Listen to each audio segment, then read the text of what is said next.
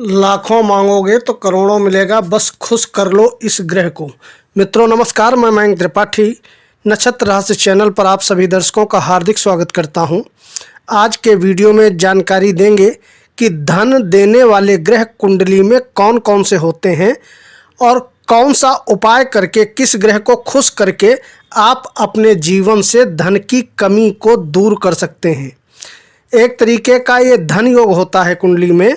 अगर यह उपाय आप करते हैं तो निश्चित तौर पे आर्थिक समस्या आपकी दूर हो जाएगी और धन की यदि कमी है तो निश्चित तौर पे वह समाप्त हो जाएगी। अपनी कुंडली में आप ये देखिए कि कौन सा ग्रह अपने स्थान से दूसरे बैठा है। अगर धनेश मान लिया तृतीय भाव में बैठे हैं तो उनके मंत्रों का जीवन पर्यंत आप जप करते रहिए। आपको चमत्कारिक रूप से धन की प्राप्ति होगी, धन के रास्ते खुलते हुए दिखाई पड़ेंगे। इसी तरीके से चतुर्थेश हो या पंचमेश हो, जो ग्रह अपनी राशि से दूसरा बैठा हो उस ग्रह के मंत्रों का जप यदि आप करेंगे तो निश्चित तौर पे आपको धन की प्राप्ति होगी। अब एक चीज़ ध्यान रखिएगा, आपको गलती से भी छठे के स्वामी के मंत्रों का जप या अष्टमेश के स्वामी के मंत्रों का जप नहीं करना है। एक तो कि ये हो गया कि जो ग्रह अपने स्थान से दूसरे बैठा हो उसके मंत्रों का जप करिए, षष्ठेश और अष्टमेश को छोड़ करके। दूसरा, जो ग्रह अपनी उच्च राशि से दूसरे बैठा हो उसके मंत्रों का यदि आप जप करेंगे तो बेशुमार धन दौलत आने के योग बन जाएंगे। अब ये ध्यान रखिएगा, मंत्र आपको जप कब करना है।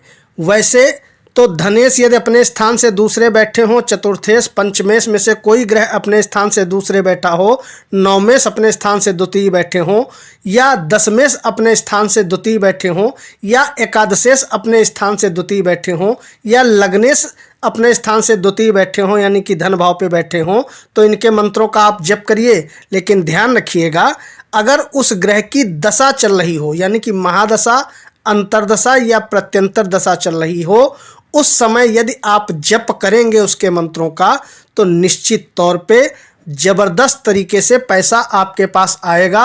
वह ग्रह आपको बेशुमार धन दौलत दे करके अपनी दशा में जाएगा। अब मान लिया सूर्य अपने स्थान से द्वितीय बैठे हैं तो ओम आदित्याय नमः या ओम सूर्याय नमः इस मंत्र का 108 बार जप करिएगा।